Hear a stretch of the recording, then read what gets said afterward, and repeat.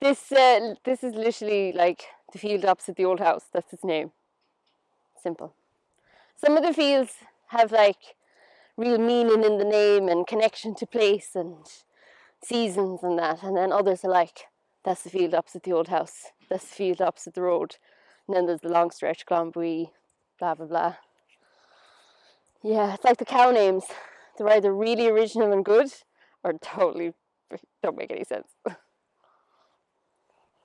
Yeah, this year we fenced them out a little bit more from this hedge because I'm trying to reinstate this hedge. And actually, it's not the cows that are doing the damage every time I plant trees, it's the hares. So, you know, spring, you see the hares around, you're like, oh, they look lovely, I love the hares. And then I see my trees, I'm like, goddamn hares. But yeah, do my best. The plan is to kind of reinstate it and make it thick so that they can't come through, because at the minute there's too many gaps and they'd come through. So, like the biggest field we have is 3 acres. Do you know, everything else then is kind of 2 acres or 1 acre patches, which is great for the kind of size stock that we have. So yeah, so this field then, this is probably a really good example of mob grazing or holistic grazing or adaptive grazing, whatever snazzy name you want to call it. But basically, we kind of have a few rules. We try and go for a 1 bite graze.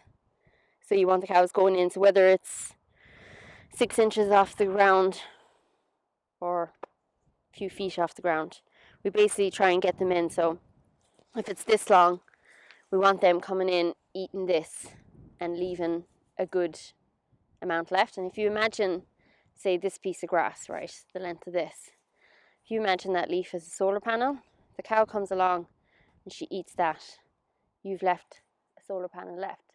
So the plant is able to photosynthesize and it's putting carbon back down into the ground.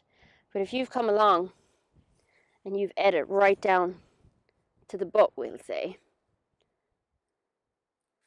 depending on the research, so you've eaten it all the way down to that,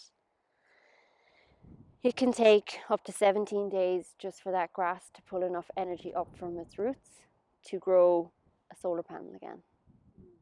So you're stunting your growth and you're also pulling carbon out of the soil instead of putting it down all the time. So that's the whole idea. It's one of the ideas with mob grazing and its ability to push carbon into the ground is through that kind of idea. If you imagine that as a solar panel, and we want the cows eating it, but we still want a panel left so that it's able to photosynthesize the whole time.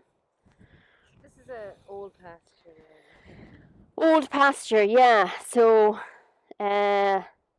lot of people would see weeds, but they're not weeds.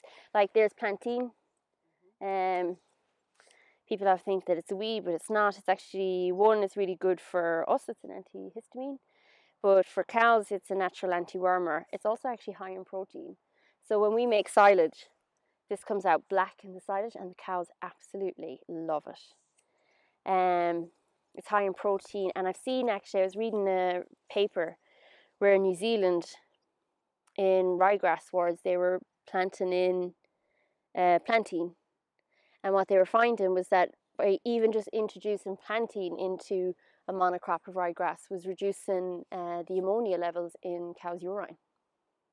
So that's reducing emissions. Really? Pretty much, yeah.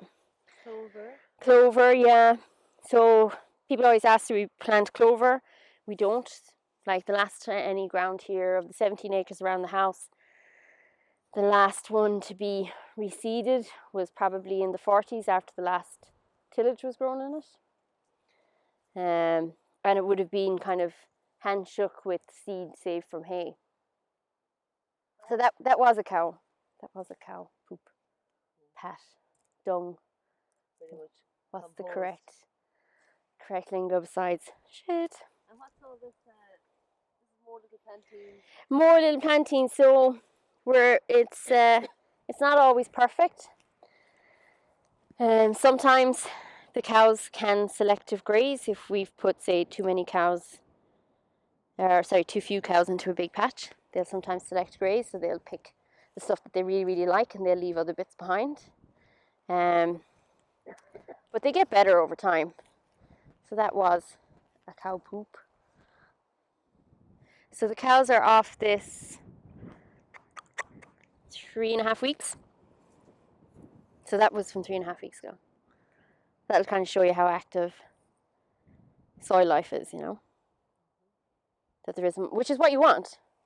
Because cows, like, when you see a field that's been eaten really short and you see like the big tufts of grass that are left, that's basically a cow dung.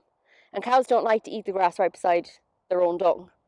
Who would? Who wants to eat stuff beside their own dung? So that's why often on ground that's really, really short, you'll see those big kind of round patches left of where the cows haven't eaten it. And then farmers are either having to go in and top it, or they leave it be, and they notice that there's really great growth around, like, say, the cow patch, but everything else is to the bare. We're trying to avoid that here. You still get it sometimes, depending on just the seasonality of things as well, But we don't get as much of it, which is better for growth all around. And obviously then if you have a really active soil, then it's breaking down the cow dung really fast as well, which then is better for your grazing. But like one of the keys with kind of holistic grazing, besides the one bite and diversity, is rest. Lots of rest. Grass wants to be eaten, but if you can leave a bit of a solar panel left when you eat it and then give it lots of rest, you kind of keep that diversity, and that's how grasses like to be.